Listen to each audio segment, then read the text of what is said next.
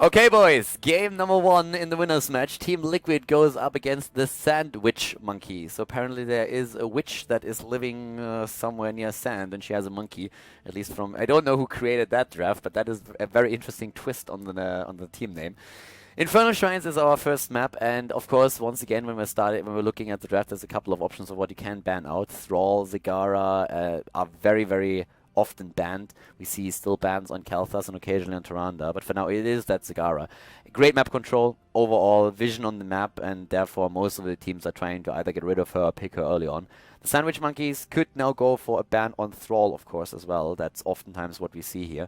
But they are apparently preferring to ban out Kalthas, at least thinking about it. Now, Infernal Shrines, of course, changes things a little bit in the sense that you want to have a lot of area of effect damage. And we're letting the dogs out again today, so thank you very much, Scrubby, for the support here. As Kalthas is indeed banned out, and TeamLiquid has now first pick. Drinking beer, relax after work with your stream. See you at IEM. Well, I hope we're going to see each other at IEM, but I'm not sure if Blizzard is going to get me as a caster. That's their choice, not mine. Thrall, not banned.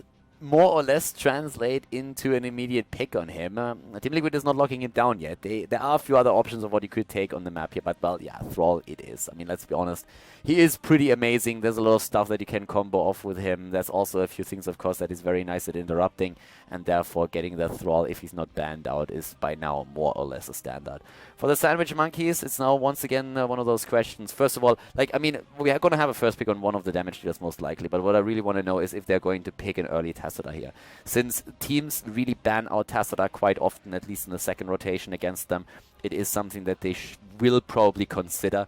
I want to know if they value him highly enough. We know that they love him as a solo support, that he is oftentimes target banned against him, but are they really going to drop him this early? They go for a Johanna now already, and that is going to be super interesting. We're not really in the patch where we are going to see Johanna's Knight takes pawn not doing the extra damage against the minions on the shrines anymore.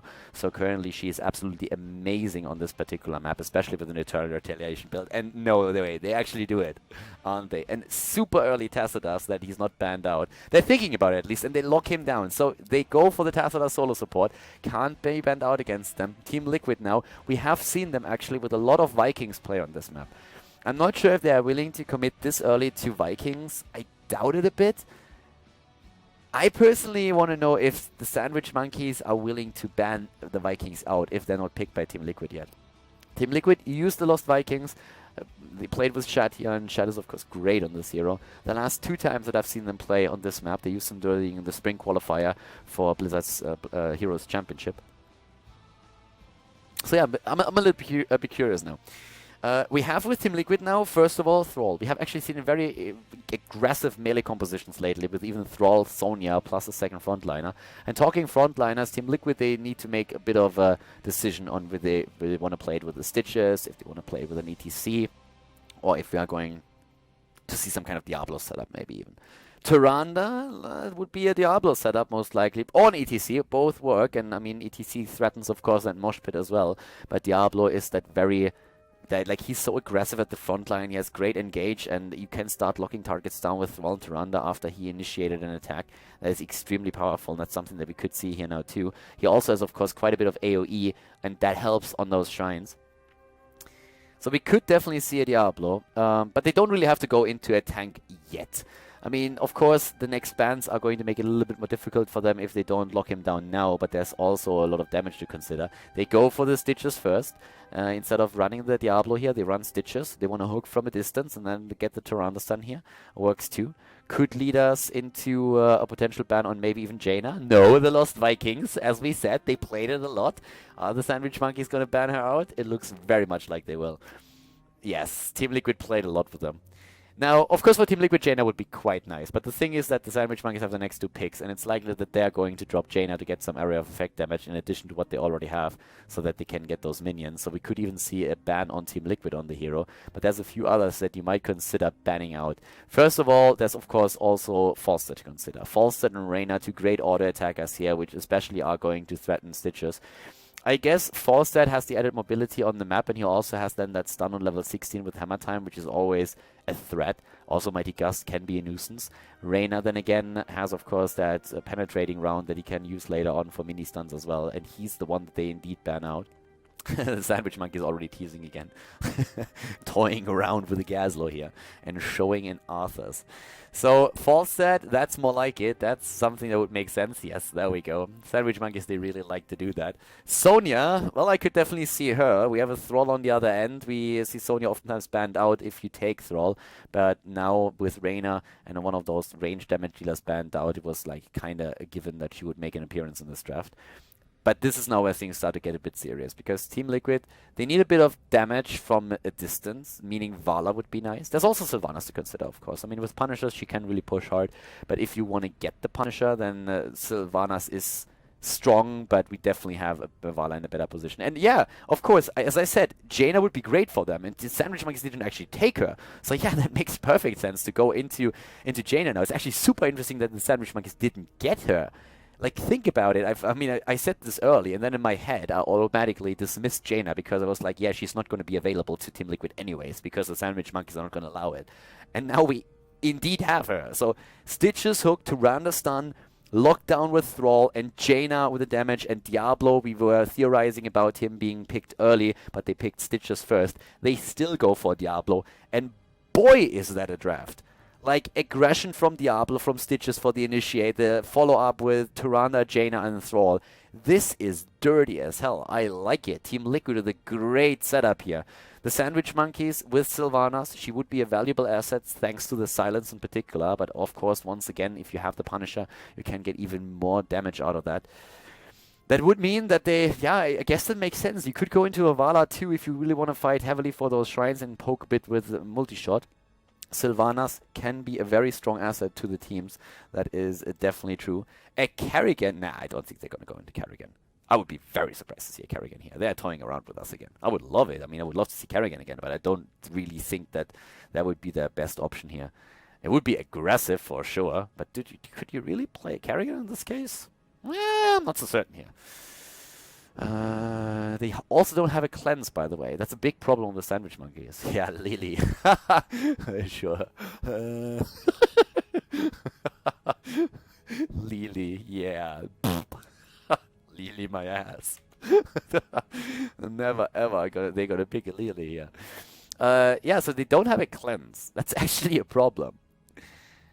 I'm currently thinking if they could in theory... What?! Wow! Illidan? Okay, I'm currently thinking about if they actually like toyed around so long that Illidan got locked in. I didn't really pay attention to the timer, to be honest with you. Is that Illidan for real? I can't really believe it is, because... Nah, that can't be, right? I mean, there's way too much like lockdown against him. I don't believe that, really. Well, I'm gonna let it stand as is. I didn't pay attention to the timer, so I don't know if they ran out of time and were trolling around a little bit too much with their Kerrigan, Lily, and those lockdowns. Illidan is a bit of an interesting pick here. I mean, if you snowball again, then maybe, but against this setup, I wouldn't run such a huge risk. I guess it could work out, but I'm not really the biggest fan of that decision. I'm wondering if that was a draft bug or if they really play Illidan Sonya here with a Tacita as solo support against the stuns of Diablo, Stitches with that potential hook and like hit point pool, the poison everywhere, Tyrande with the extra damage. Against the Thrall too? I'm not so sure about that. But yeah, we're going to find out. TeamLiquid versus Sandwich Monkeys, Infernal Shrines. Let's jump right in. Game number 1 in the winners match of the Enter the Storm Europe Playoffs Group D. The game is on, everybody, and we indeed have Illidan locked down. So not a bug here. They want to play Illidan against TeamLiquid. The Sandwich Monkeys, now our first game of the best-of-3 series here. It's going to be a great match, actually. I'm really curious to see how this lineup is going to work out for the Sandwich Monkeys. AD already on Falstad. We have Snow on Illidan. He's prepared. Stier on Sonya. Sportbilly on Tacita. And BKB on Johanna. To the right side of the map, Shat now on Stitches for TeamLiquid. We have Gadam head on Tyrande, and we are seeing Thrall played by Lowell, Chris on Jaina, and Juve on Diablo. It's very interesting to see Illidan in this composition. Like, traditionally, Illidan is one of those heroes that hated burst damage, and especially if he didn't get a Divine Shield or an Ancestral Healing or Divine Palm or something along those lines. And in this game right now, he's up against a lot of stuns, he's up against a lot of aggression, and it's going to be a bit tricky to really keep him alive here, I feel. But at the same time, if they can get the momentum going, I suppose that they can really make a difference here. The Sandwich Monkeys are an amazing team, and especially when it comes to drafts, they're super strong. They wouldn't go for an Illidan if they didn't have success with him in scrims and in similar setups. So that's definitely something that we are going to keep an eye on. And I'm curious to see how it works out for them. They can, of course, execute pressure, but that's the problem right there. Welcome to the problem. Snow already nearly dead, but so is Yubo, of course. So that works out. Chris on level 7 could also adjust to it and go into, oh, ADRD. The stun! Oh, the shield keeps him alive. They try to go for Stier now, but no kills. But a very nice brawl in the middle of the map. But as I said, Chris on his Jaina could go for an adjustment on level 7 and go into Frost Armor, which is awesome against all attack heroes in general, but usually you do it against melee assassins in particular. We have now with the build, again, cooldown reduction build with the Empower on 1 for Tyrande. We're seeing Rolling Thunder taken, Conjurer's Pursuit, Devil's Due now, and the first potential kill here against Tassadar, but he seems to be able to get away. Very close though, oh my god. This game already, I'm liking it. I mean, very close encounters here all over the place. Top lane with Lowell and Stier. Of course, Thrall is such a lane bully and he's showcasing it just now. But AD already is here, so he's trying to help out a little bit. Lowell runs into that. Yeah, but he gets away. Eats a lot of damage though in the meantime. Having in the mid lane, Sport Billy still taking a bit of experience. Shrine is now active, was announced 130 in the game, of course, as usual, and it's up at the top lane. The teams are starting to aim for a bit of experience, but even before level 14, Liquid is starting to commit to it with Stitches. He, by the way, did not make the adjustment on level 7 for the, on level 1 for the extra damage on his slam, but instead goes for Hungry for more, so the hit point pool more important to Stitches now in this double warrior melee assassin setup. Again, the damage against ADRD. But yeah, interesting choices here. It's just so cool that players and teams can go for different playstyles on those heroes. Stitches in trouble! Stitches want to play, but he gets dropped instead. Stitches down on the first kill for the Sandwich Monkeys. The aggression so far at least working out for them. Yubo wasn't with the team though. BKB is still there. They're trying to go for another kill. They don't go for Johanna though. That might be a problem. A good stun against Illidan. Snow is down. Illidan is dead. He was not prepared. And Stitches by now already on his way back to the top lane. Very aggressive game here. Not really a lot of kills just yet, but the teams are just like jumping from the left to the right to the left. Again, the kill attempt against Sport Billy, and they drop him as well. Unbelievable. TeamLiquid, good damage here. Illidan with a standard build, Shadow Shield on level 1 and Immolation on level 4. No big adjustments. Eternal Retaliation as already expected on Johanna. With the Tassadar, you can actually go into the Laws of Hope if you feel like you need the extra sustain, but apparently BKB feels safe enough here. We're having on level 4 now also the Snowstorm taken again for Jaina. We're seeing Ride the Lightning after Rolling Thunder. The typical Chain Lightning build, trying to just like get that bully mode on. And we have Amplified Healing after Hungry for More. So going for that massive sustain build that Stitches has. We could see Last Bite here, for example, on level 7. Could see Tenderizer. There's a couple of options of what you can actually run with Stitches in such a case. One of the cool things, of course, about running a Sonya and also an Illidan is that you basically can get any camp on the map with one of these two heroes. So they can just like move in and try to claim them. Already at the bot lane, Snow is going for the first one and the Khaldor camp is going to fall. But we have the top lane pushing hard with the Punisher. Baited in, of course, into the gate. One of the main things that players need to do, keep behind the gate until the Punisher jumps in so that they have an easier time taking it down. Super important here. A slightly inexperienced now thanks to the first few towers taken out here, but nothing like too crucial yet. It's still a very even game, especially of course with a Khaldor camp at the bot lane, lending a bit of support and extra pushing power to that push with a double front line that we see there. But Chris is getting that level 7 talent still a bit earlier, and he makes the level 7 adjustment into Icelands. So that is actually kind of nice as well. You get the Frost Down reduction, and it kind of means that you can just like spam that talent out and really kite someone quite nicely. No Frost Armor though, so not that anti-melee assassin talent we oftentimes see when an Illidan is put in play, but instead we're seeing the cooldown that helps you to just like spam it out a bit and really lock someone out. Slow them down, bully them a little bit, try to keep them from escaping properly. So there's a couple of things that you can really do with this talent, and it's oftentimes a matter of preference. Jaina is another great example of how that talent system works for Blizzard and how they manage to just put a hero in play where you have on different servers and different teams on the same server even completely different builds at times. So Frostbitten is the normal talent that we have, but there is a bit of an adjustment happening. Lunar Blaze has been taken, and we see Last Bite as expected on this map as a level 7 talent, whereas Conviction is rounding up that full Condemn build that we have now on Johanna. First aid for Snow on his Illidan, and Illidan already starting to move away here. Start not hitting anything. Stitches, of course, could always try to go for a bit of a hook, not going for it just yet. But with both of the teams now on level 7, the next fight on those shrines is going to be very interesting. Especially since, of course, Sport Billy by now has Carla's Embrace, so he's going to start the preloading on the shields, and that is going to help them going into these fights for sure. But a camp taking. Good timing here, by the way, for the camp. I'm really liking it. Falstad didn't fly down to the bottom of the map yet, so you can start to de-push that first. It's going to keep him away from the shrine fight for some time, though. You also have now Snow at the bot lane. Oh, going for well. I like that. Very well done. That's actually like a smart move. That is incredibly intelligent. Thing is, though, that he doesn't have the time to drop it completely. But it was a very good attempt. If that well goes down, then they are forced into the middle. So if they want to well up again, or if they want to get those hit points back. So it's a pretty cool move to make, trying to get those wells early. Like back in the days of Azmodan, we sometimes even had Azmodans bombard the well in the early game to just make sure that the opponent didn't have lane sustain. Level 10 is going to hit a little bit faster for the Sandwich Monkeys, thanks to Falstad at the top lane, and everybody just like trying to go on different lanes now, dropping towers as well, so having heartbeats in all the lanes. But the Punisher has been taken, so Punisher has been claimed. Level 10 ability is ready though, and we see again Metamorphosis. There's also the Force Wall to consider. Already a bit of a soak happening here. Get him Head on his support, very much alone at the bot lane. The rest is currently splitting, trying to take a few camps here, especially the Khaldor camp. Level 10 would be great for them. And Tyrande is now also with them. And we have level 10 abilities now for everybody. Like a long waiting time actually for some of those level 10 abilities. Especially on Sonya. It's of course curious since we've seen her lately a bit more often with Leap. Normally it's still Wrath of the Berserker, but Leap can really help you to jump into the backline and drop a target there. Falling Sword is a bit stronger now as well. Keep that in mind. I mean, I'm just mentioning here because we have Johanna without a heroic ability yet. So with those changes that Blizzard recently implemented, we are all waiting for an opportunity of the teams to actually like change things up a little bit.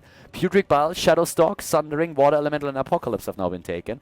And still the teasing on the side of the opponent. And guys, all of these talents that are not taken yet, there's Leap. Do we see Hinterland Blast? It has been changed as well. It's stronger now too. And with Leap and Falling Sword, you could try to annihilate the backline. It is something that we have seen in the past, but the talent... Yes, it is exactly that combo. I'm loving it. I absolutely love it. There's the Falling Sword, Hinterland Blast. Oh, they go for the kill against Jaina, but they lose Sonya. The combo not perfect, and it's a double kill since Johanna dies too. Sport Billy is eliminated. Snow is also about to be dropped. They go for ADRD. Oh, what? No, he dies. It's a team wipe. TeamLiquid. Oh, wow. They actually lose it here. Falling Sword has now been taken. Guys, this talent was changed a bit by Blizzard in the recent patch, and they also changed the Hinterland Blast. It's now stronger as well, and it is actually pretty impressive to see those talents. This is, of course, exactly what Blizzard was hoping for, that those talents that were changed, the heroic abilities that were neglected until now, would be more interesting to the teams, would be tempting, and that's exactly what we're seeing the Sandwich Monkeys do here. And the theory, of course, is brilliant. You're trying to jump heavily into the backline with Falling Sword, with Leap, and then you go for the Hinterland Blast. The combo wasn't really perfect that we saw there. Timing was a bit off, but it definitely has potential. The problem is that TeamLiquid saw it coming already. I mean, they were monitoring the heroic abilities as well, and when they realized that 3 of the heroes... I mean, we've been even talking about it. I already said before they took it that it would be an option, and they went for it. So, of course, TeamLiquid saw that as well. And with that knowledge, you know what's going on. Jaina is going to be very, very happy about her level 13 talent. Having that ice block is going to help her so much to prevent all of this. She needs to use that before Leap hits her. That's going to be the most important thing. And if she does, she can negate a lot of the damage. But Tyrande is not going to be so lucky. We know that, of course, too. So she's most likely... Well, we could see her with Overflowing Light, but no, it's Sprint instead. She's trying to run away from these situations. Overflowing Light has been nerfed a bit too. 13 versus 13 now. Once again, the engagement. judgment. A few of the heroics are already ready. Here comes the leap and the falling sword. The kill against Diablo. Apocalypse went through though. They're going for a slam in and they have Lowell locked down, but he has a bit of sustain. He's annihilated now too. Oh god, Snow on the move back. The Arcane Punisher on the other hand already on the way in the mid lane. 13 versus 13. I'm loving this game already. Falling sword, baby. I haven't seen that in ages, and neither did see the Hinterland Blast. Now off cooldown. Wasn't ready in the fight yet. He couldn't really combo that off with anything. But here comes that Arcane Punisher. 7 kills against 4. What a game already. Loving it. I love that they are willing to commit to this. And Snow at the top lane. Unfortunate. He's taken down now. That's 8 kills against 4. And they run in again for Sonya. And goodbye. The hit on Gedam here at the stun didn't work. Didn't really expect Juve to charge in apparently. But they get that. TeamLiquid looking strong here. 13. Still, I mean, like, in experience, it's still close, but fall stat is low. Good condemn on BKB, though, and Juve has to move away now. He will be able to escape, but a lot of pressure from TeamLiquid in this game, as you can see already. With the level 13 talents, we have now, by the way, also Sonya with a slight adjustment, as it's 13, not going for the Mystical Spear. As she has to jump in deep, she is going for Spell Shield instead to just survive a bit longer after the initiation. And we have still Giant Killer taken here for Fall Stat. We're seeing Prescience taken and Burning Rage for those Shrine fights where you will get the extra damage against the minions. It's actually really cool to see Hinterland Blast. Back in the days it was called Shock and Awe, and it was the talent on Fall Stat. Fall Stat back then didn't even have Mighty Gust, but even after Mighty Gust got introduced, nobody took it. Nobody took Mighty Gust. Everybody went always for the Hinterland Blast or Shock and Awe because it was such a great talent. But Blizzard, they tinkered around a little bit. Mighty Gust got better. Shock and Awe or Hinterland Blast got a bit worse. The combos didn't really work as well anymore. One of the most common combos, for example, in the alpha was going into Tyrell Judgment plus Hinterland Blast and just trying to annihilate a target in the backline with the 2 heroes. So it's pretty cool to actually see something similar happen now, or at least the attempt to go for that. Yeah, meta changes a lot and it's always awesome to witness it. For now we have camps taken again on the map. Level 16 is of course the talent that the teams are currently trying to get before the next temple is attacked. And 10 more seconds should give TeamLiquid the opportunity to do exactly that, especially with Lowell already soaking some experience in the mid lane and everybody else following it up to the top now too. Yeah, there's going to be level 16 any moment now, and that's going to be a great talent for them. Relentless also for Stitch. This is of course keeping him alive in these fights, but now he also has the fishing hook taken here. We're seeing again Tempest Fury. We have Northern Exposure now, which Northern Exposure doesn't make it any easier for Sonya to jump in or Johanna, so they are going to suffer a lot of damage here. We already have Styr waiting here on his horse. We are seeing Domination now. Okay, more stuns. Nerves of Steel, Blood for Blood, Hammer Time, Imposing Presence, and Dimensional Warp are now taken, and they are ready to engage once again. The backline is already to the right. Good positioning from TeamLiquid going into the fight. Here comes the Sundering. Apocalypse as the follow-up. Great! Oh my god, that coordination on TeamLiquid. An amazing kill against Sonya before she can do anything. Falls that Johanna down. This was perfect execution here of that combo. Great Sundering, and then the follow-up with the Apocalypse. Incredibly well done, and they are nearly getting a team wipe out of it. 4 kills, level 16 talents didn't do anything for the Sandwich Monkeys in this fight. And instead, we have now TeamLiquid moving in again, getting another Punisher. They are winning objective after objective. And even though the Sandwich Monkeys are doing an exceptional job with soaking experience, they are starting to fall heavily behind. They are a level behind on level 16, and now of course the structures up here at the top lane are also going to be destroyed. They might even lose one of those keeps. I mean, the wall is already about to be gone, and they still don't have their full lineup back in the game. They will try to defend against it. They might be able to make it happen, but that keep is going to suffer some damage already for sure. And it looks like TeamLiquid is not willing to properly engage. Or are they? They try to hook from a distance. They try to poke as much as they can. As long as the Punisher is still around, they're willing to just move in and dip a bit of damage in. But now they move away, playing it very coordinated and safe. A very safe play by TeamLiquid now. They could have committed, but they decided against it. They don't want to risk anything. And that is just the trademark of a good team, that they have the discipline to move back in such a situation. Don't play too greedy. Don't get engaged upon. Your opponent has the cooldowns up. You are still waiting for Apocalypse. No real reason to wait here. You can use that combo that you just successfully won your team fight a bit later as well, to have the patience to move away for now. 17 versus 18, 13 kills against 4. Great play so far. In terms of damage, as you can see now, we have still Diablo and also Jaina with solid damage. So does Thor. They move in again, and here comes the leap at least. Oh, their falling sword has been used. Mighty. Oh, hit on the blast, and Juve about to die, but Illidan is already dead.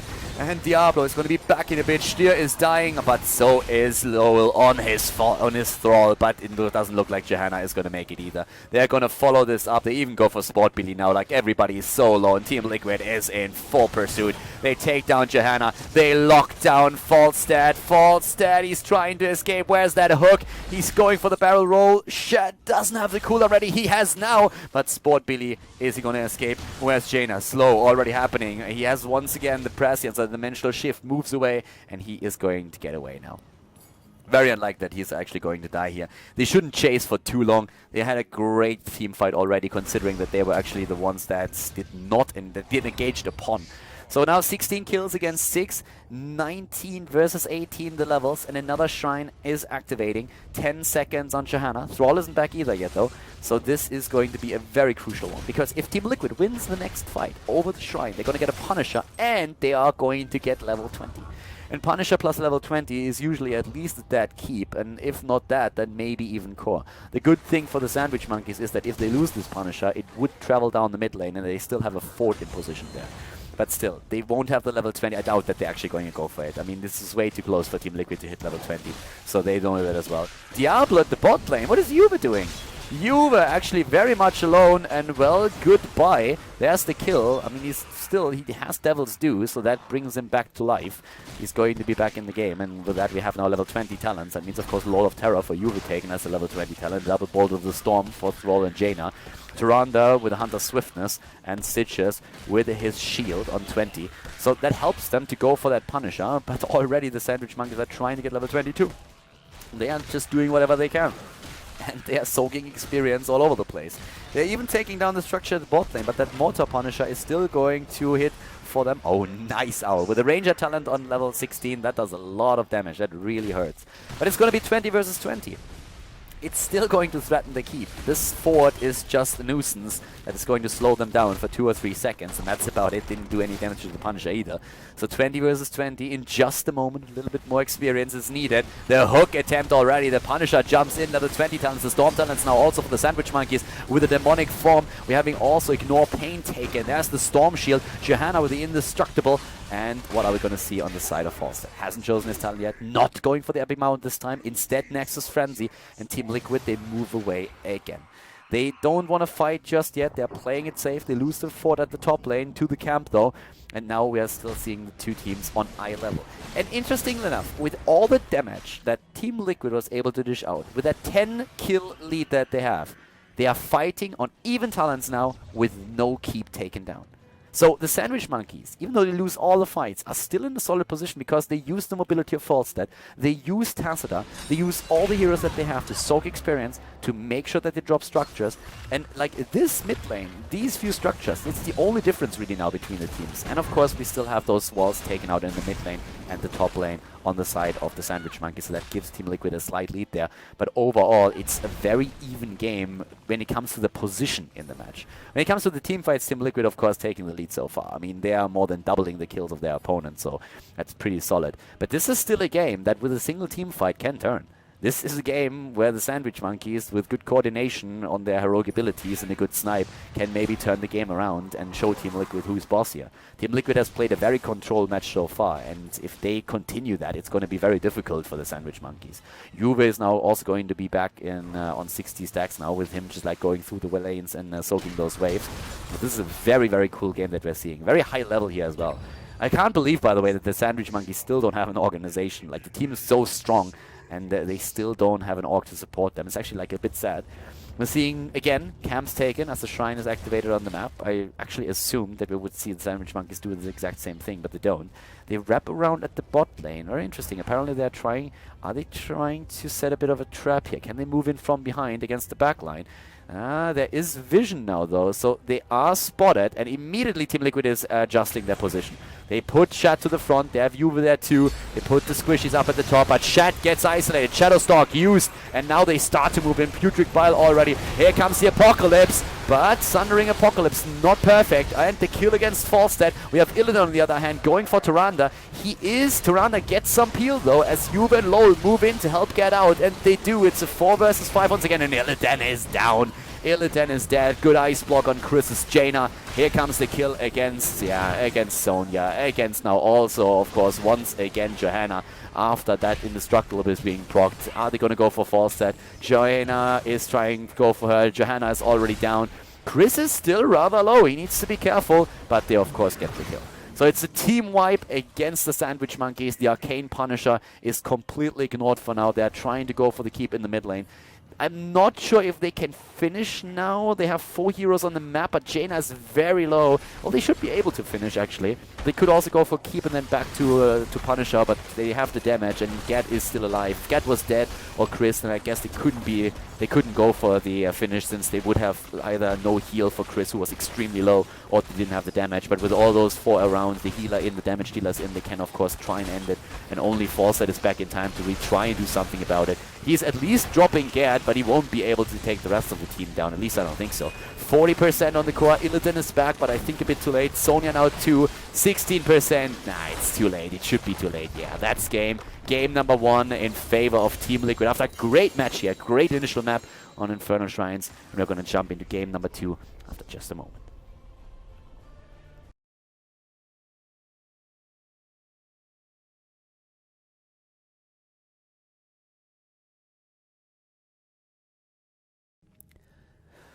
Game number 2 between TeamLiquid and the Sandwich Monkeys, everybody. Dragon Shire is the map, and the Sandwich Monkeys with an immediate ban on Thrall. After that last game, they don't want to run into that Thrall Diablo composition anymore. TeamLiquid, they could ban out Zagara. Well, there's a couple of bans that actually make a lot of sense here. You could ban Kel'Thas, you could ban Zagara, you could ban Falstead. We could see, like, maybe even a target ban. Tassadar is one of the heroes that the Sandwich Monkeys run every single time they get the chance, and by now that's known. Leoric is a ban that is ban-worthy too, but it's a very interesting one. It's one that I didn't really expect here, so I find that a little bit weird. I'm wondering what the idea behind it is. We're going to find out. Doesn't surprise me at all that Sandwich Monkeys locked down Zagara now, which at least offers TeamLiquid the chance to go into Kel'Thas, I suppose. So they could use Kel'Thas here. And then, of course, if you do, you have to answer a couple of questions. Do you want to go start with a double damage dealer? Then you can go into Falstead. Do you want to start with, like, maybe even a bit of aggressive setup and use that Sonya, which we've seen? Not so from TeamLiquid, I want to say, but we've seen it from a couple of other teams that really like to do that. Especially, for example, Google, they love to start with Murd and Sonya because it gives them that tough front line and a very aggressive setup so that they can push in with both of the heroes and jump the back line. TeamLiquid, they could go into a frontliner as well. I mean, Stitches is, of course, a hero that is still extremely popular on the map here. We don't have a Tyrande yet in play, so if TeamLiquid tries to play with her again as a solo support, that's also an option for them. It's pretty awesome how the map pool and the heroes work so that you can actually, like, fan out a little bit, and it looks like TeamLiquid is sniping that Tassadar. Yeah, they're doing it. As I said, like, Sandwich Monkeys, they love Tassadar solo, and now it's getting taken away from them, and that makes a whole lot of sense, of course, especially since Zagara has now been first picked for the Sandwich Monkeys as well. Therefore, Creep Tumor is another thing that you can take down if you have Tassadar. Grimorn, thank you very much for the sub, my friend. Thanks for the support, dude.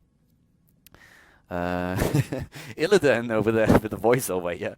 Like, he was not quite prepared in the last game. I'm not sure if we're going to see him again. The Sandwich Monkeys actually with the Diablo Apocalypse after more composition. Are they going to go into a Jaina now? That would drop a lot of damage on the target. But there's a few other heroes, of course, that are still strong here. I mean, we're talking Reyna, we're talking Falstead. Jaina, after a Kel'Thas has been taken by TeamLiquid, would be strong though, and if the Sandwich Monkeys don't take her now, then TeamLiquid could ban her out, and that would probably not be a bad idea. I mean, the whole idea of this setup is to use a good Maw on Zagara, then Diablo hits his Apocalypse, stuns all the targets that are in the Maw, and Jaina says like, hey, thanks boys, and drops that Blizzard damage on top of it, and that is pretty epic. I mean, that can do so much damage, so that's definitely something that they could try and run here. And I can guarantee you they're at least thinking about it, but there's so many so many additional things that you can do. You could drop a Stitches here. You could drop like one of those auto attack damage dealers that I've already mentioned. So even a Tyrande, so that you have another combo with Diablo would make sense. Sonya is aggressive too. She would work as well, especially since Thrall is banned out. No combo potential on her part, unless of course you go for Leap. If you go for Leap again, as they did in the last game, then this is absolutely nuts. It's basically just like you're perm stunned more or less. First the Apocalypse hits you, then Sonya with the Leap hits you, and it's going to be so nasty. So I kind of like the options that you have as teams right now. All of a sudden with Blizzard changing Leap a little bit, or like not Leap necessarily, but like everything else, there's so many other things that you can do in terms of talents and heroic abilities, so that the entire meta is shifting a little bit. It opens up more options for the teams, and that is just absolutely awesome. Tyrande is now being banned out by TeamLiquid. Jaina would make sense. Tyrande would be good too. They haven't banned her out yet. They locked her down, but they have to confirm the ban, of course. So they're probably thinking about Tyrande, Jaina. Yeah, I would say those two. They decide to go into Tyrande ban first of all, though. They already have TSaM. They could have gone into Tyrande themselves. Tyrande is a very, very popular option these days. But it feels more like they're going into a TSaM as a solo support. Falstad, banned out by the Sandwich Monkeys, which leaves in terms of auto attack damage Reina. We have also Sylvanas and also Vala around, of course, for wave clear and damage. An auto attacker would be quite smart for TeamLiquid, but the problem that you have with Reina is that if Sonya takes Leap, he has a tough time getting away. Diablo can engage him quite easily. Vala is a bit more flexible in the way that she can jump away from it. And then there's also, of course, Sylvanas to consider. She would also work for the Sandwich Monkeys quite nicely, since they can silence the heroes that are being locked down there. Stitches, first of all, Kel'Thas as the follow-up. Oftentimes we've actually seen Stitches with the Karazim combination, since Karazim helps you with the 7-sided strike. And thinking about it, I mean, TeamLiquid is the team that first played Karazim with a damage build. We could still see a Karazim here. They could play Lowell on Karazim with a damage build, get a bit of heal out of his, of course, passive, and then have the 7-sided strike with Stitches. So it's something... Well, you can argue if it really makes sense here or not, but it's definitely an option for TeamLiquid. They are the team who used that in the past first. Jaina, taken away from the Sandwich Monkeys. No ban on Jaina, therefore they take her themselves. That makes sense. As I said, it was probably what they were thinking about during the second ban. Do we ban Tyrande? Do we ban Jaina? They could have reversed it. They could have like banned out Jaina and taken Tyrande. Would have worked perfectly for them. Sandwich Monkeys now, they have a lack of... first of all, they need a heal, and they need also a bit of range damage. Heal is now going to be interesting. We have seen a lot of Malfurion today, compared to the days before. But Karazim, first of all. As I said, Karazim would be an option for TeamLiquid as well, but now it looks like the Sandwich Monkeys might take him. On North America, Malfurion is oftentimes used as a counter to Kel'Thas. Could still be used here, but in this case, they go for Karazim instead. They have a heavy front line, so after level 16, it's going to help him with the healing power too. Maybe Reina now as the last damage dealer. I'm thinking about that Sylvanas still, because she has that silence that you can combo off with them more on the Apocalypse too. So that is definitely something where you can just like try to lock the opponent down even harder if you feel that she has enough damage for the job. So yeah, Reina of course is like a lot heavier hitting in terms of his auto attacks, and that's pretty cool to have. But it's also a matter of personal preference. I mean, like, you have, of course, locked down these heroes. You have one player that needs to make a decision, and one of those points is, what are you more comfortable with? Reina's problem is escape. Stitches can hook him. Vala can dodge. Sylvanas has an option, I suppose, at least. But Reina is going to most likely head into Relentless Leader on level 13. That's going to help him out with this. TeamLiquid, they also need some damage. Sylvanas and Vala would be... well, actually, like, thinking about it, they could also head into another frontliner right now. And I'm wondering about Tyrael.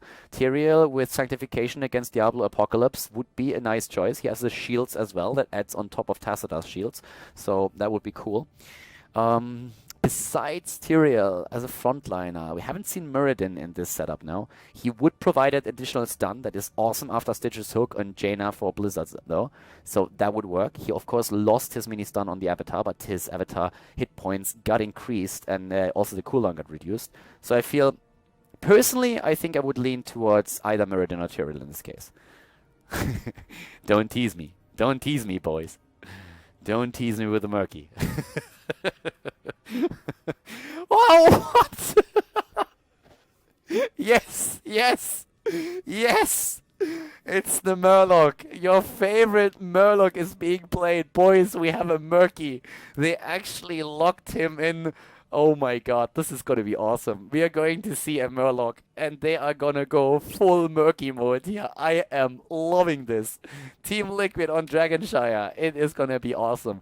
I expected a Tyrael. I expected a Murky. A Muradin. I get a Murky, starts with an M as well. I take it. It's awesome. It's cool. I love it. Guys, we're gonna jump into the game. Dragon Shire, TeamLiquid against the Sandwich Monkeys. The game is on, ladies and gentlemen. It is Murky time. Your favorite Murloc has been chosen to be the savior here, and we are going into the game. Don't mind the overlay for a second. Of course, it's TeamLiquid in the lead here. We're going to fix that any moment. To the left side, we have the Sandwich Monkeys now. ADRD on Zagara, Sport Billy on Karazim, Stier on Reyna, BKB on Diablo, and Snow on Sonya. And to the right side of the map, it is Get 'em Hurt on Tassadar. We have Shad on Jaina, LOL on and Juve on Stitches, with Chris playing Kalthas in this game. It's awesome to see Murky in here. It is going to be so much fun. Your favorite Murloc is in the house, and he is riding in style. Look at that. It's Space Murky. Screw Space Leoric, like Murky Lord. That's what we need right now. And we have him on level 1 already with the Bubble Breeze, the extra movement. Of course, we're going to have a close look on Murky in this game in particular right now. It's an absolute pleasure to have Murky in the house, and I can't wait for this to start. Apparently, Get is having a couple of mouse issues that gives us a chance to go over the level 1 talents. We have Conjurer's Pursuit taken on Tassadar. We're having it also on Jaina. Besides that, that's currently, in this case, Hungry for More, Lockdown for Stitches, and Mana Addict on Kalthas. Looking to the left side of the map, we have for Diablo, most importantly of all, Soul Feast taken as the level 1 talent. Reyna went into Seasoned Marksman. Had a choice, of course, to go into, for example, Give Me More here, but it's not the case. Instead, we have, once again, Seasoned Marksman for the heavier auto attacks later on in the game. And Zagara, we will see her at the top lane, is going currently for Reconstitution. Murky baby. That's of course what we really want to see now, and it looks like we're going to get a bit of a battle between Murky and Zagara at the top lane if Zagara takes it. Already the egg is being placed. Lol is going to play your favorite Murloc, and we are ready for some action. The last game was already awesome since we had a few changes there with the heroic abilities. Sandwich Monkeys, they were willing to really commit to those, and this entire series is once again a blast. The games that I casted of TeamLiquid during the Spring Championship qualifier was already amazing, and I mean, in this game, we're already seeing a lot of good stuff happening as well. Juve with a hook up at the top lane. It's Stier who goes up against Lowell. Murky is going to try to be as annoying as he possibly can be, of course. I mean, that's kind of the job description on the hero. And besides that, we are still having a very, very cautious Team Sandwich Monkeys with ADRD at the bot lane, actually. So no commitment to the top. Instead, we're having Reyna dealing with Murky. ADRD apparently didn't really want to do that. And instead, we're having now... Oh, Murky already dead. How's that sad? A little Murloc has been taken down. The fish is also over there. But guess what? He's back to business. So yeah, of course you have to still be careful with Murky that you don't die all the time. Yes, it's only a quarter kill that your opponent gets, but that experience adds up over time too, so you need to be a little bit careful. At least you have to trade decently with Murky if you go for it. We have... Oh, Zagara actually locked down at the bot lane, and ADRD is getting a lot of damage dished in, but the Karazim player, Sport Billy, is ready with a quick dash and make sure that that's not of any consequence. So Zagara's still alive for now. Teams, of course, heading into level 4. Murky is attempting to steal the shrine away up at the top lane, and with Get 'em Head now locking the one at the bottom lane down, they would control both. But the Murky battle is, yeah, not going to be won by LoL. Not yet. Not yet. So Murky is down once again. We're seeing at the same time the mid lane dominated by Shat and Juve. And both of the shrines, for now at least, in the hands of BKB. Yeah, not running away from the mid lane. That would be a bad idea, Shat. So one of them has to stay behind, and that's Jaina. There's, again, Murky down in the attempt to go for the shrine up at the top. Hook missing at the bottom of the map. But we see Get 'em Head at least getting the shrine here, so it is an even trade for now. Murky went into the bigger slime, increasing the slime area here. And we have a few adjustments also now with Healing Ward. Cool talent to take on the map here. It is a bit more popular these days again to go for the Healing Ward. Players have started to really position that much better. Nice block actually. Oh wow, Juve is in this case in a very tricky spot. Completely body blocked and taken out. That's the first real kill in the game. Murky died 3 times so far. And with both of the shrines now again under the control of the blue team, the Sandwich Monkeys, we have BKB starting to move into the mid lane, but he knows, of course, that Shat is already waiting for it, so he won't be able to get that channel through, at least he shouldn't. Murky is going to be a nuisance, especially with the heroic ability, but Shat is now about to be dropped. Tacita is down as well. TeamLiquid is currently getting wrecked, and that means Dragon Knight #1 now for BKB moving into the middle of the map. It's not even a problem of them going for an unorthodox draft as Murky dies again at the top lane. It's more an issue of the rest of the team, the 4 players that are trying to go between mid and bottom, not really measuring up against that setup. Zagara at the bottom lane is executing so much pressure right now that the normal rotation that TeamLiquid would use here is getting screwed up a bit, and it is definitely putting the team in an awkward position. We're seeing level 7 dropping way faster for the Sandwich Monkeys now with rapid incubation on Zagara. She is going to pressure this 6 days to Sunday at the bot lane. We have Echo of Heaven taken over the potential. I mean, you could go into cleanse. Murky with the Octograb can be quite the problem, and a good hook can be cleansed out too, so that's another thing. We have also battle momentum taken, Revolution Overdrive. Top lane pressure, a little bit more now against Styr as Khaldor is helping out Lowell for a few seconds. They need level 7 and they are very far behind right now, thanks to the Dragon Knight and all the damage that he was able to dish out. Zagara wandered into the mid lane and is trying to take this now as well. Level 7 talents give us Tenderizer and Stitches after he went into Amplified Healing. And Murky has yet to pick the talent, but Karla's Embrace is making Tacita's job a bit easier. Frostbitten this time for Jaina, and still the commitment at the bot lane by the Sandwich Monkeys going for the fort, and that healing ward is going to help them to keep the pressure up. We have on 7 now also in the case of Khaldor his Fission Bomb to starting the chain bombs up again. Of course, once they hit level 13, things are going to be a bit more easier for them. Hindering Slime has been taken, so the slow amount is going to be increased to 30%, which makes Murky actually even more annoying than he already is. So during those fights then later on, he will definitely be one of the heroes that can make sure that the opponent's team at least is not able to escape. But in regards to kills, they didn't really get a lot of value out of it yet. 0 kills against 4.25. Murky at the top lane, still trying to pressure, of course, these walls a bit, but Styr has been doing fairly well. And keep in mind, like, one of the things that I really want to point out here is that Reyna, of course, against Murky, like, he is getting a ton of season marksman stacks out of it. I haven't even talked about yet.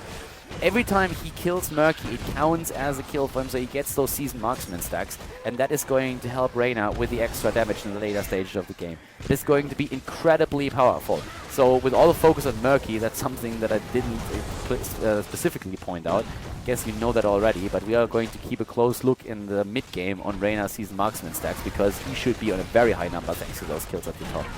Divine Palm as a talent on Charism. We have also more Apocalypse, as expected, taken. Wrath of the Berserker for Sonya. This time, no commitment to leap. And we also see Reyna with the Hyperion.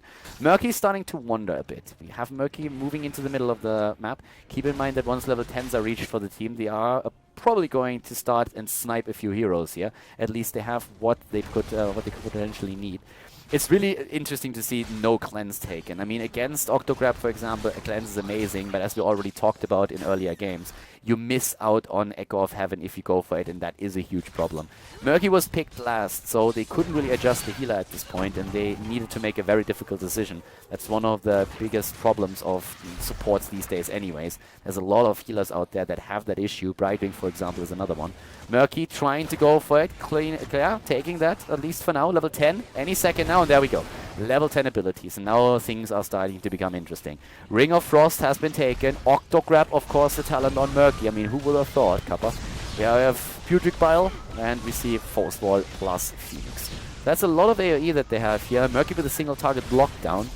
They're going to attempt to use that, and then Slime can, of course, slow everybody down even more. Stitches with a good hook. And that's actually also an interesting combination. I mean, you hook a target, you Octograb it, or at least you slime it and slow it down. So a few potential uses for Murky here with this setup as well. Chris already in a position where he's at least dominating the bottom shrine, at least for now. But of course he has to be careful of rotations. ADRD alone should not really be able to completely dominate this here. Especially, of course, if one of those nether winds hits. But here comes the rotation as expected. And Chris is probably not going to make it here. Well, actually he gets away. It's close, but he gets away. The problem is that now we have one shrine at the bot lane claimed by the Sandwich Monkeys. And the Sandwich Monkeys, they are starting to head for the one up at the top. Gerd is trying to prevent that, and Juve and also Jaina are starting to move up to the top lane too to make sure that he's not going to get a lockdown on that particular one. BKB, on the other hand, while lying in wait. Ring of Frost already used. Here comes the engagement. Uh-oh. Nether Wind misses. They go for Juve now. Level 13 isn't ready for them yet. Here comes the Maw, but there's not going to be enough. Oh, they go for the Apocalypse follow-up. They're trying to go in. It's not in range of the keep. Everybody's low. And now the kill against Murky once again. Good hook and kill against Sonya. Well played here. So Murky down, but the first kill also for now TeamLiquid. The level 13 talents, that is the problem.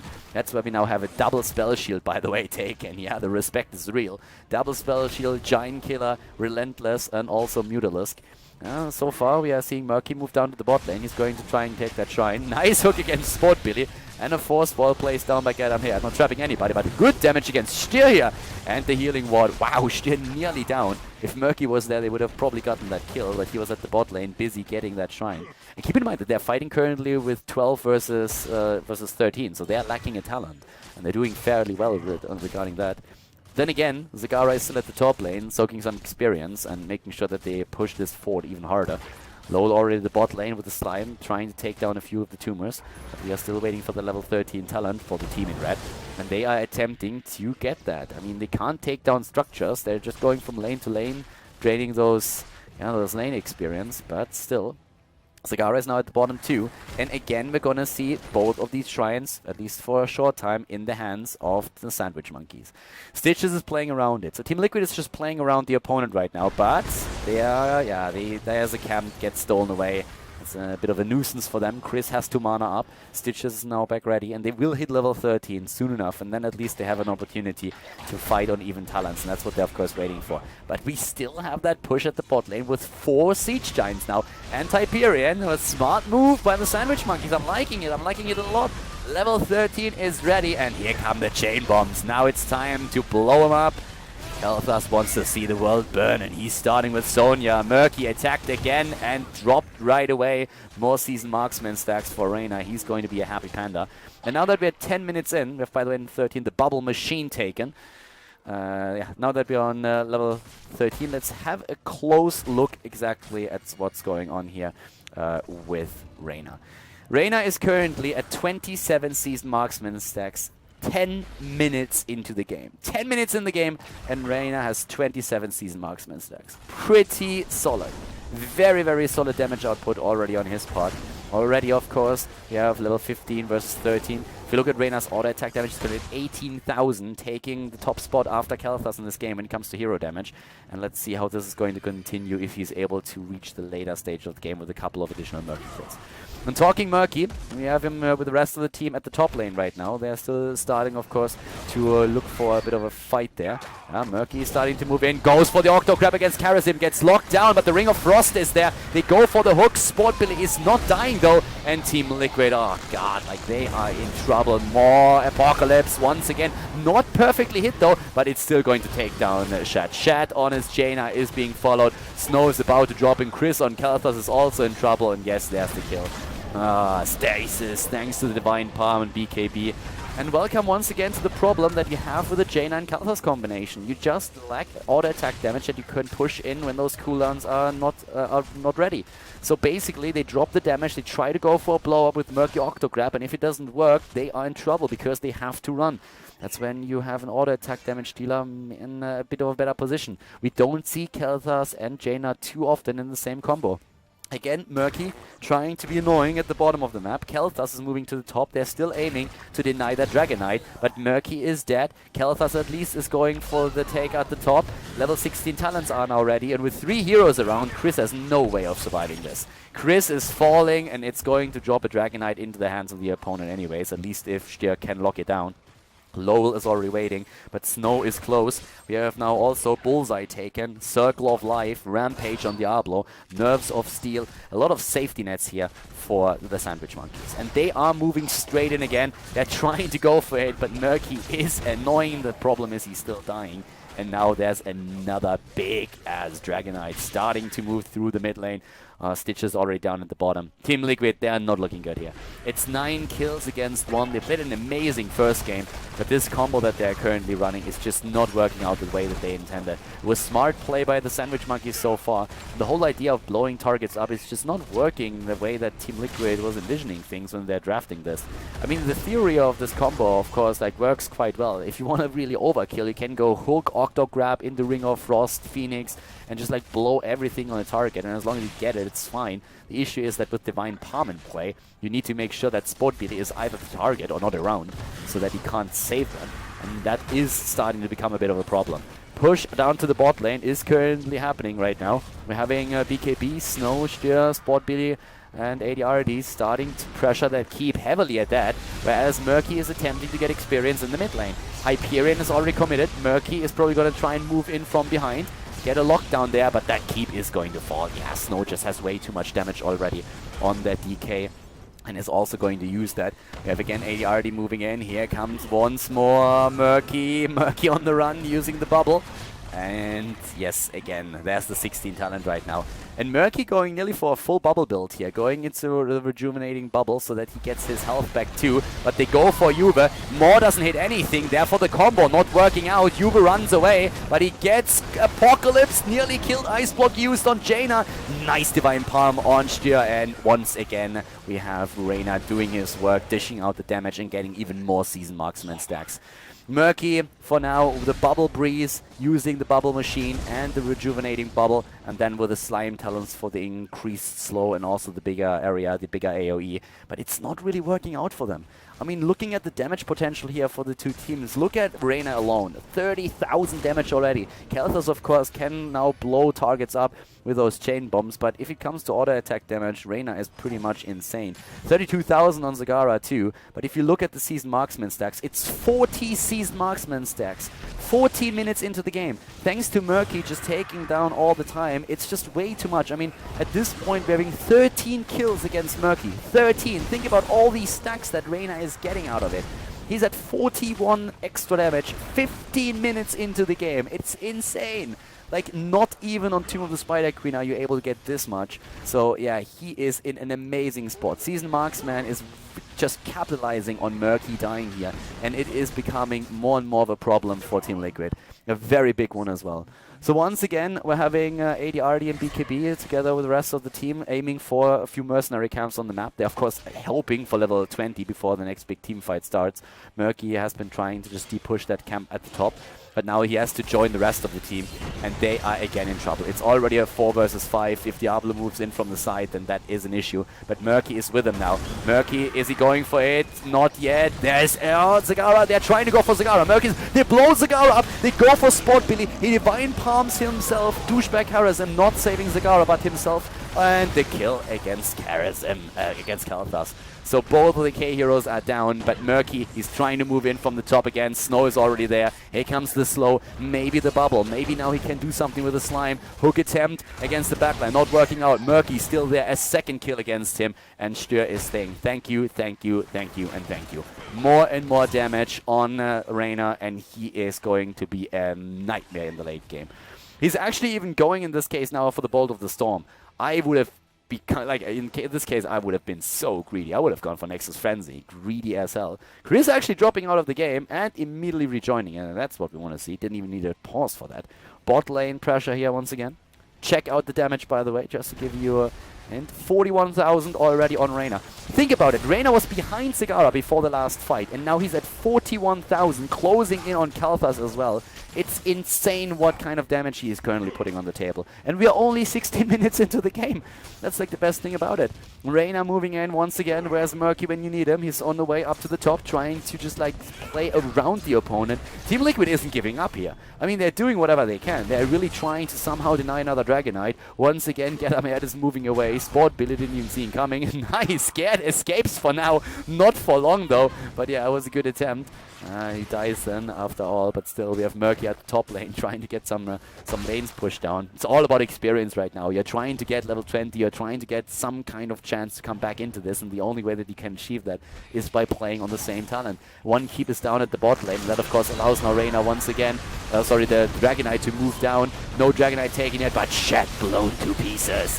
And that's 12.75 kills against 2. Once again, let's take a look at the damage on Reyna. Reyna has 48 Season Marksman stacks now, well, like damage stacks at this point. Yeah, it's insane. It's out of this world. I mean, he is having a fun time there. BKB gets hooked, bolts in! He bolts into the shrine! Alright. They want the Dragon Knight. at the bot lane. Chris is attempting to get a kill, but they are like, yeah, they are completely out of it right now. TeamLiquid, they know that if the Dragon Knight is being hit, that they are losing. This is the only reason why they're engaging like this. They of course know that this is more or less a suicide mission that they're running here with Kel'Thas moving in alone at the bot lane. But they also know that if the Dragon Knight is taken, that they have no way of actually defending their core, especially if they don't even have the level 20 talent. That's the main reason of what's happening here right now, why TeamLiquid is playing this so aggressively.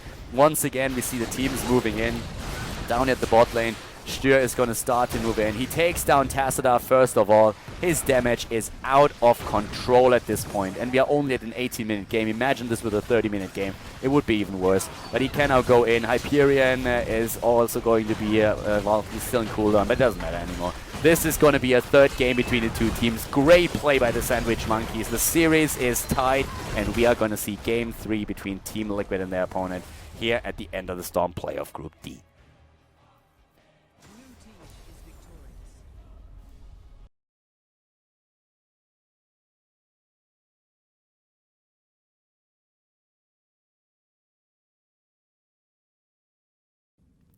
Two in the Spider Queen is game number 3, map number 3, so to say. And TeamLiquid versus Sandwich Monkeys. The series is tied, so the victor will advance to the round of 8, the finals of the Enter the Storm playoffs, and it's going to be pretty sick. TeamLiquid with the first pick, first ban now, and I'm a little bit curious to see if they have maybe a pocket draft for this map as well. Zagara, Thrall are, of course, two of the heroes that we oftentimes see banned out or picked early. Another hero would be TSaM against the Sandwich Monkeys. They love to go for it, and, well, we have seen target bans against them.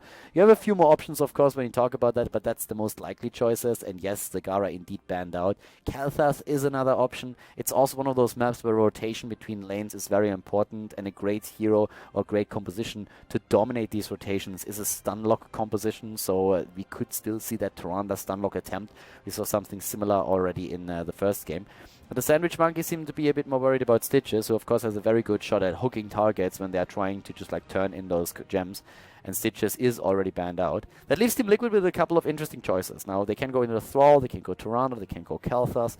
Very strong heroes overall that they can lock down at this point for themselves now.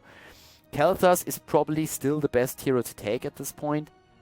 Sandwich Monkeys, they could of course then again react with a Thrall, with that Tyrande. So TeamLiquid in the end, they will have to think about how highly they value Thrall. It's probably really a decision between Thrall and Kel'Thas at this point, what you start off with, what you can combo off. As I said, you could theoretically also try and go into a Tyrande composition. The hero got nerfed but not destroyed by Blizzard. Was actually like very, very smart changes here.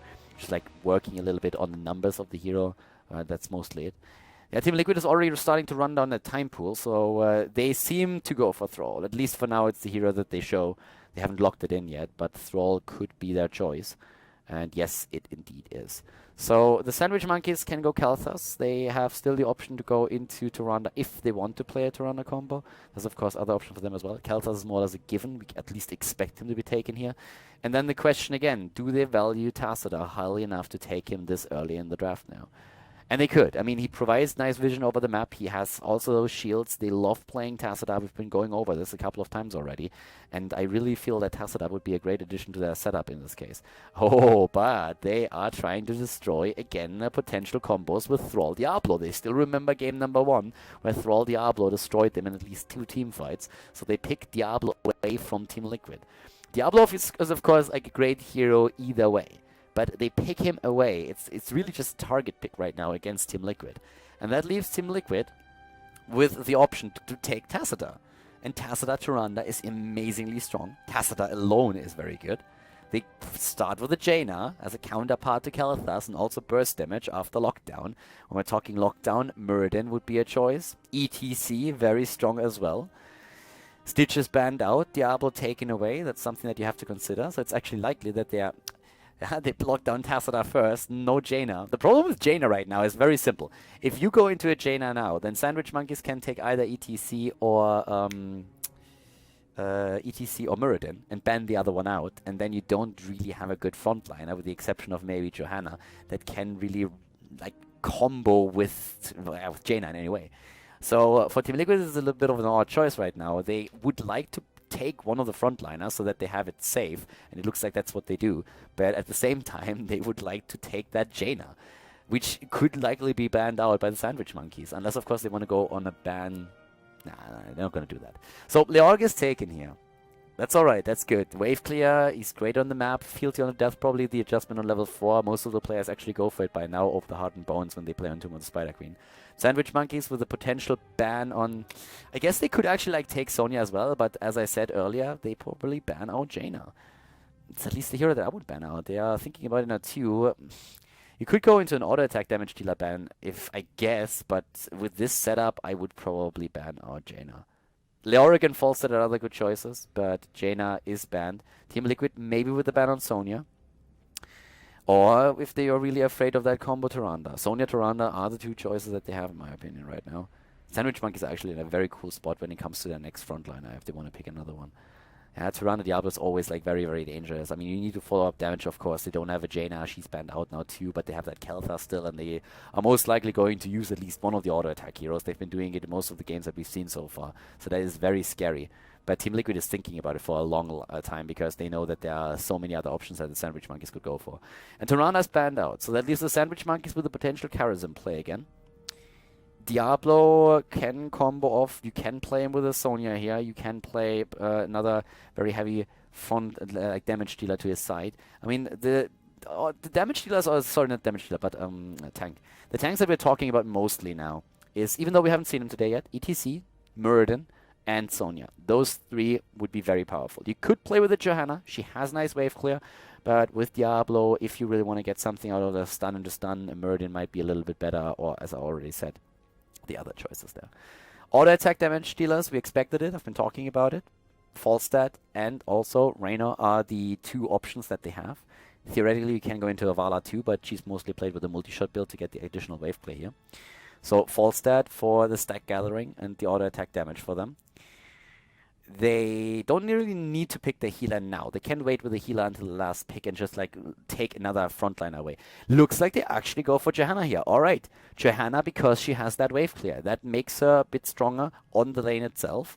TeamLiquid, we could still see a Sylvanas of course, as we have Sagara banned out. If you want to go for pure wave clear and push, then Sylvanas is great as another frontliner. The options are really Reyna, Sylvanas, and Vala now when it comes to the damage, and I suppose that we are still going to see another frontliner here for them. They have a lot of good options. ETC I kind of doubt it a little bit unless they don't have Jaina, they don't really have that follow-up.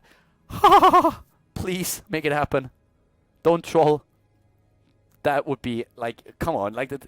Yes, no, damn it. Greymane would have been so nice.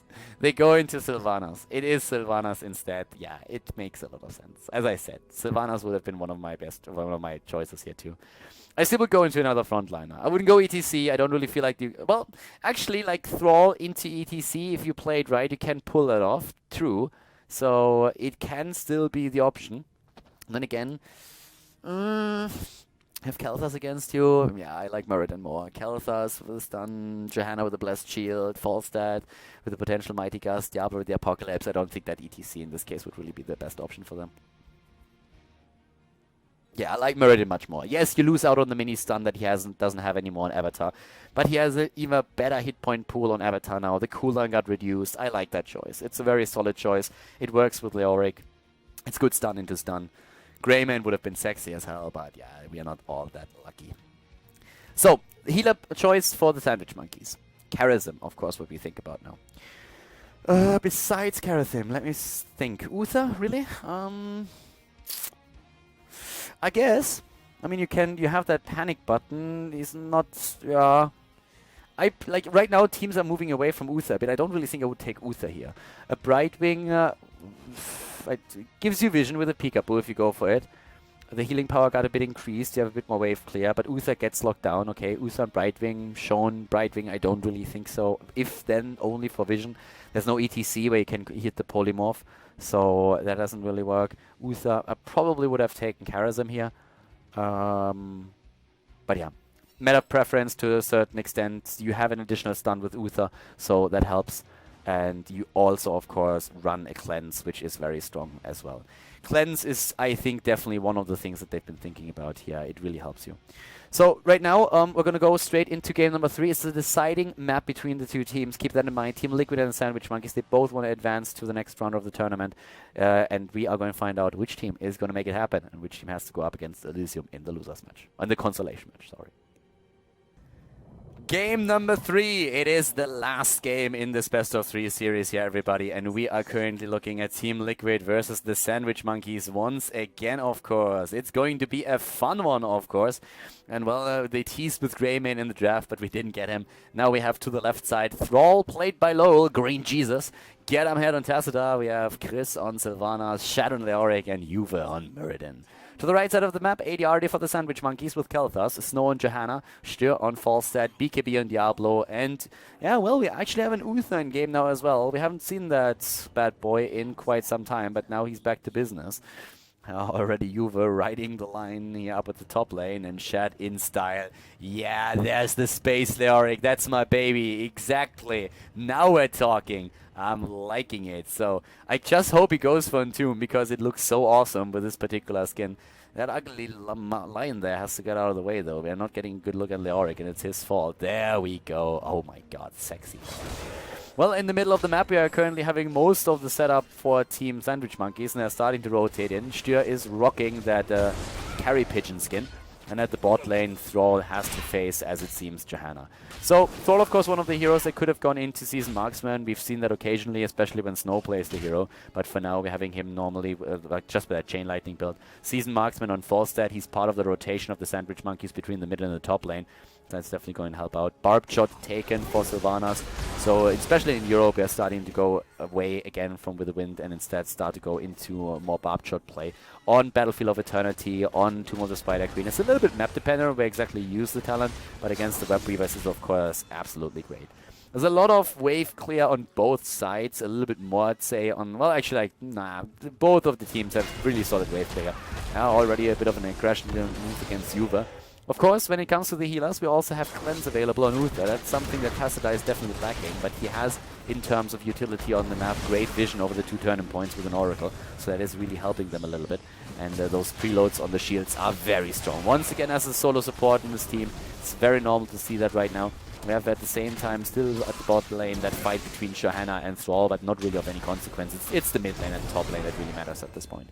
So the teams are doing their best here to get a bit of an early advantage. Soul Feast has been taken for Diablo, the Black Soul Stone with the increase of the health regeneration. Juve apparently experiencing a couple of lags, nothing really too fancy, so we can talk about talents a bit more. Reanimation is a talent that is absolutely amazing. It is really, really great. I mean, if you currently look at the setup here, apparently just Snow is making plans for later on. I mean, it's a Friday evening, and apparently he wants to smoke some shisha later on. Chris is already announcing that he'd join. And Gad is having some fun as well. That was apparently supposed to be a whisper. That didn't really go through, so he's using that break. The problem is he still have a kill against Leoric now. Shad is down, and Leoric is, of course, thanks to that trade, starting to come back. Space Lord Leoric, not so lordly at this point. Again, BKB moving in. Chris is super low, jumps away with the wave. Nearly getting killed, by the way, after all. But yeah, he escapes at this point now. Leoric is already back, the Space Lord is there, and he is doing solid work. He's actually, like, really fun. I mean, I love that Blizzard has a couple of skins with those voiceovers, of course, and Leoric is just brutal. I love the old skin, like the Viking skin. I really liked it, the blue ice giant, but the new one, I had to buy that as well, and it's just awesome. The mount, too, so it's a lot of fun. Blizzard really putting a nice amount of effort into a lot of these skins. Spot Beeler at the top lane right now, currently on his Uther. Get here, and Chris are in position now as well. Everybody's just like moving around again. Yeah, there's a bit of pressure play against Shire and against that tower in particular. Of course, with Sylvanas, he can make that happen. Sylvanas is on the run, and Uther wanted to go for the lockdown. ADRD is moving in, and so is Diablo. They're trying to go for the flip over. Chris is escaping. Oh my god, that dodge reflexes like a panther. Chris jumping away, and get here, of course, he got his back. Lowell turned in the meantime. He just uses that bit of freedom that he now has at the bot lane. Went into Envenom, by the way, as the level 4 talent. We're also seeing on level 4 still, no fealty on the death on Leoric. It's, at least for Alex the Pro G, one of the best Leoric players in Europe, the standard talent now on this map. We have, at least for Shat now, still the hardened bones. He feels the pressure and is escaping with his Wraith Walk once again. ADRD just like spamming it across the wall here, doing fairly well with that. At the bottom of the map we are seeing Lowell starting to move in once again. Snow, of course, he needs to be careful here. And Eternal Retaliation is going to help him to just like clear those waves, and that's of course, especially during the laning phase, a huge asset. It's one of those maps where you can really snowball against opponents, and the Sandwich Monkeys are very good at that. Nice zoning here for Snow, but he can't escape. So the Stormbolt hits him. We have now on level 4 Thunderburn taken again. I'm just pointing it out because lately it's been a bit of a move towards Sledgehammer again, even with a Reverberation build. Reverberation in this case is of course incredibly powerful against specifically Falstad. He's one of those heroes that you have to watch out for in the later stages. Shat already starting to rotate again. Yeah, well, Wraith walking away. Teams are really just looking for that early game edge. A talent lead for a few seconds, a turn in for the Web Weavers, maybe a kill, drop a few gems of your opponent, stuff like that. More gems, by the way, turned in already by the Sandwich Monkeys, so in regards to the objective, they're doing fairly well right now. Bot lane pressure between the two of them, Lowell and Snow still seeing eye to eye here. Level 7, hitting for both of the teams at the same time, and again we see unstable poison taken. Color's Embrace, not really noteworthy here. I mean, yes, it is the standard talent. It's a talent that makes Tacita a viable solo support. Ghastly Reach for Leoric, so not going into Paralyzing Rage, not enough melees at the front line. ADRD has to be careful here. Got the round attempt. Snow once again, can they actually stun him out? Yes, they can. The Wolf hits hard, and once again they jump in as we see Lowell focus onto a Wind Fury build. Wind Shear on level 4 has been claimed by him. Diablo for the cooldown reduction. Shat moves away again. And still only one kill in the game. One single kill. That's all that we saw so far. Get him here, turning in again, and he completes. No, he doesn't complete the Web Weaver wave. It's Snow inside at the top lane that is a few seconds faster and gets the Web Weaver wave for his team. Solid effort. Bot lane experience soaked still by Thrall, and they are ahead. TeamLiquid is slightly at an experience, but they have to deal with the Web Weaver wave now. They need to make sure that they don't die. They still have 40 gems that they can turn in. That's of course going to be very important. And they move into the mid lane. Chris with Barb Shot should be able to drop that really fast for the rest of the team. And yeah, Web Weaver is losing his hit points super fast now, already at half health. But of course we're seeing the defended Wraith walking away. Shat gets shielded and survives. Thrall is moving in now too, dropping again those Chain Lightnings and the Wolf too. The Web Weaver is defended against, and that will make especially Chris roam around, since his Barbed Shot is a great tool to take these Web Weavers down. Lowell at the bot lane, poking, Juve moving in to help him out against Snow. And up at the top we're having now a 4 versus 3 situation. Web Weaver, Chris puts himself in a decent position so that the Barbed Shot is always hitting the Web Weaver here, and it's annihilated after only one of the towers fall. So the Web Weaver is actually not really doing a whole lot of damage here just yet, but it's an early poke, and the few structures that you can take down are important, because you will get that slight lead in experience that could theoretically bring you to level 10 and then start a slight snowball with the help of the Heroic ability. But thus far it doesn't really work out, and of course TeamLiquid is now going to be eager to turn in as well. And that second Web Weaver wave is a little bit stronger than the first one, so Shat is turning in. Tia, and the attempt to take down Thrall at the bot lane. Oh, that's a lot of gems as well. I guess it's not a ton, but he lost a few, and, well, that is annoying. That's also one of the reasons why there was nobody to defend against the turn-in. But at least TeamLiquid is using that opportunity to already drop 2 of the towers at the top lane. They are basically saying, okay, if you're at the bottom of the map, we just turned in, we can drop the towers right now with the help of Sylvanas, and the Web Weaver is going to help us push after that. Level 10s will be ready for us. So both of the teams, any second on level 10, up at the top lane, Web Weavers are there. Now we have the Wailing Arrow, Sundering, Avatar, Force Wall chosen.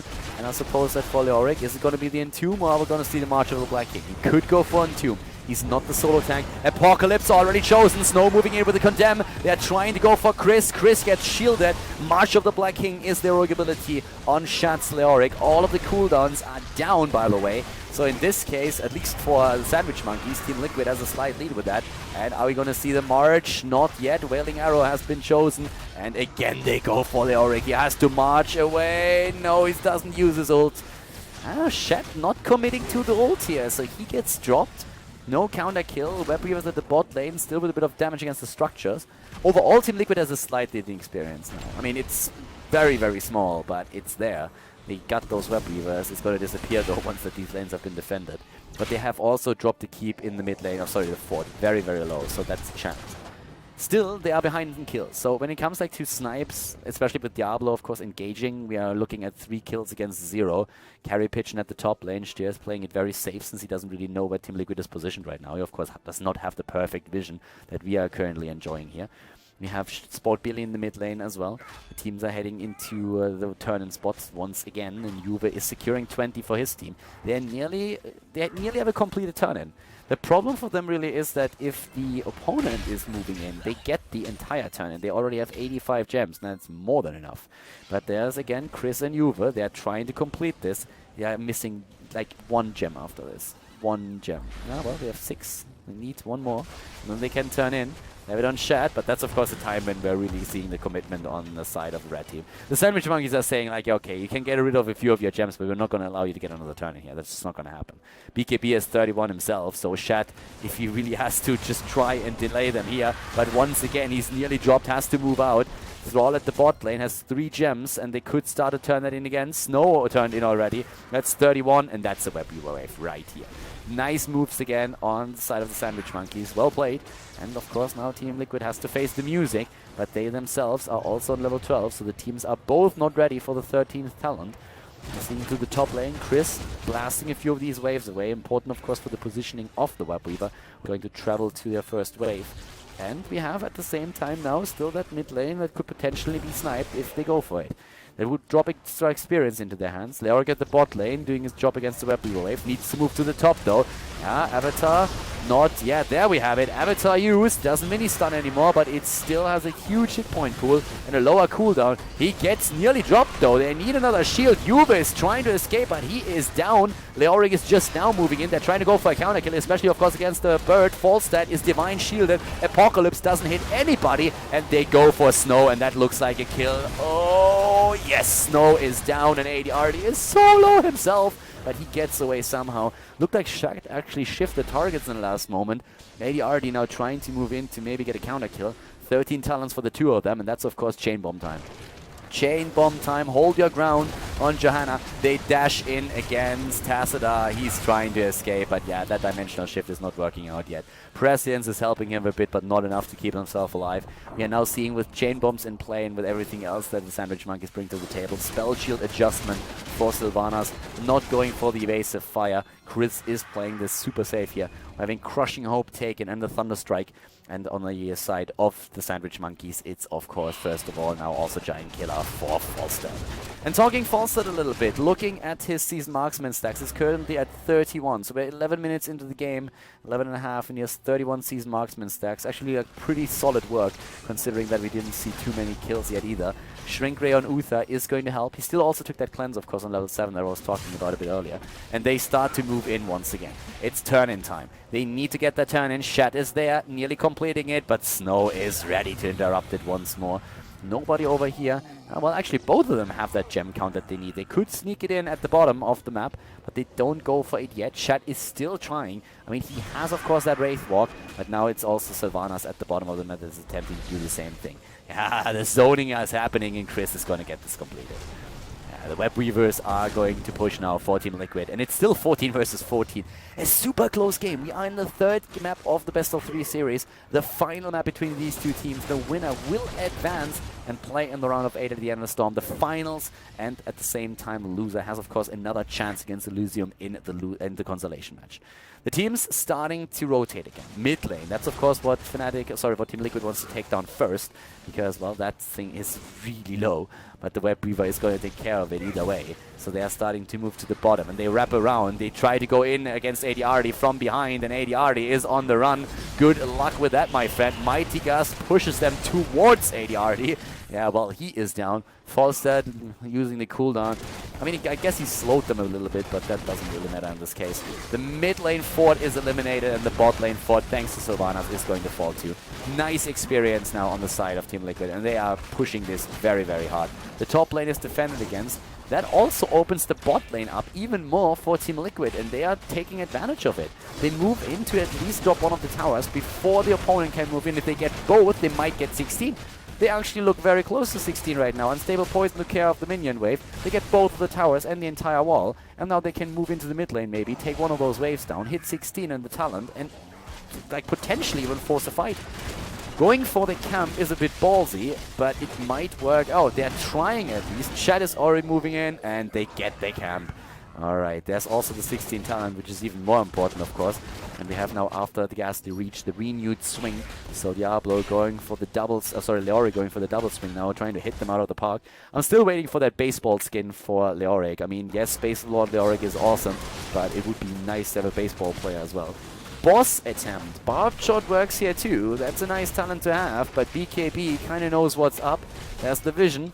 Half HP, 16 talent, not ready yet, will be soon. TSaM has to use the Force Wall. Here comes the Phoenix, they're still going for it. They're trying. Force Wall is a bit too late. They're going for it, and they claim it. Nice. Sundering is securing the boss, but can they survive? That's the next question. 16 versus 16 now. They go for the bird, the bird. Falstad is down. Falstad dead. 80 already on the run, and they are going for him. They're trying to take him down here. Where's that Stormbolt? They are trying to lock that down. The fort is already gone. The boss is still on the way. At the same time, we're seeing Uther running. He's on the run as is.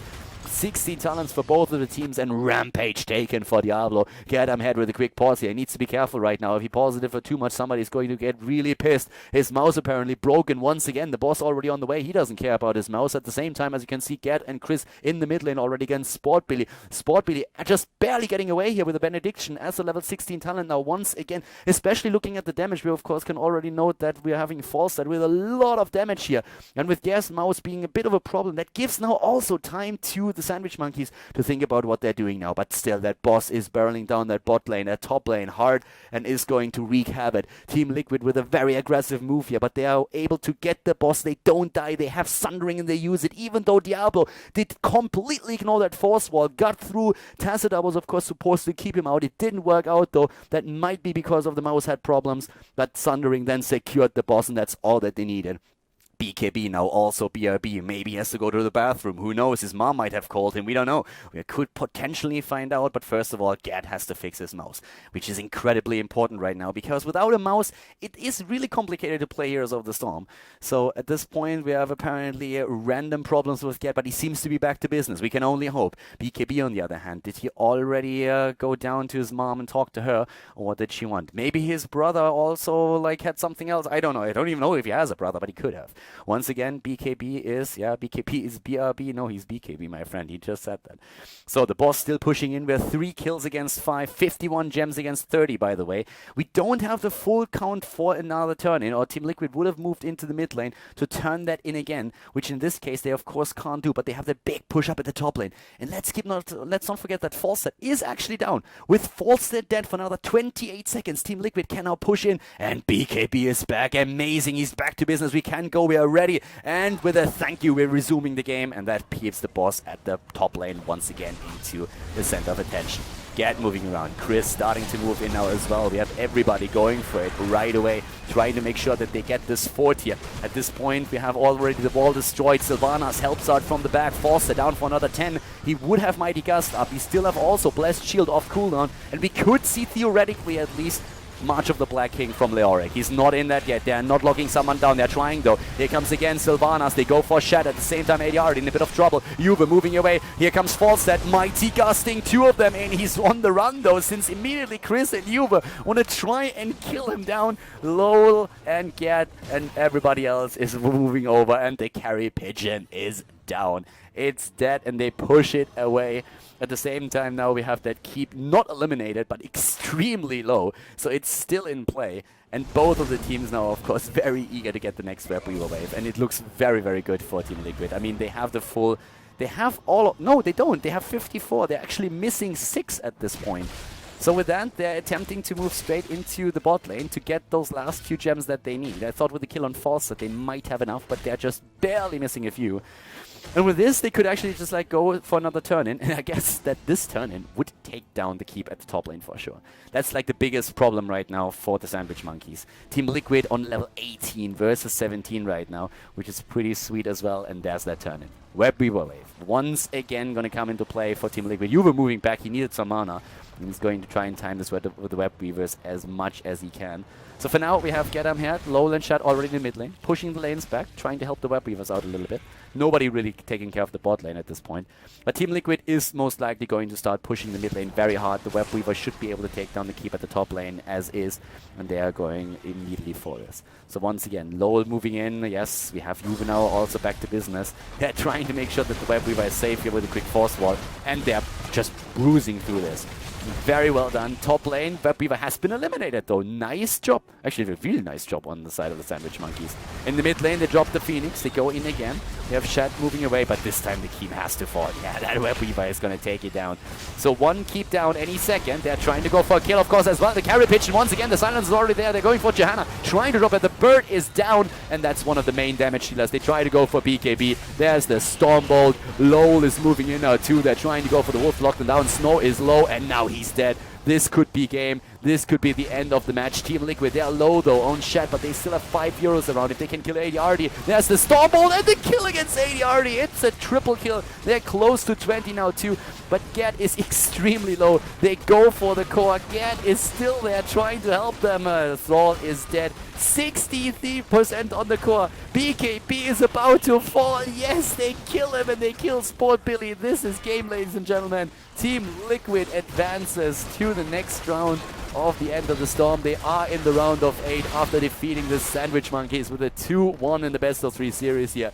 GG and well played. Good job by TeamLiquid, and big shout out to Gedam Herzmaus.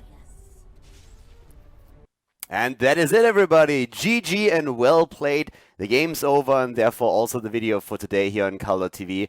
We had another great Heroes of the Storm match, and I hope that you enjoyed it. Also hope that you enjoyed the commentary, of course. So thank you very much for tuning in today. If you enjoyed the video, make sure that you give it a thumbs up on YouTube.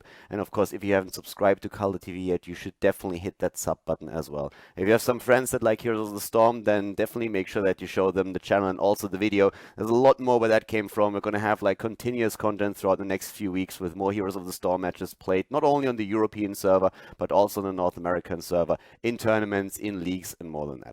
So guys, once again, thank you very much for tuning in today. I hope that you had some fun. It was a pleasure casting for you. And I'm going to see you next time with even more videos here on the channel. So have a great day and see you soon. Bye-bye.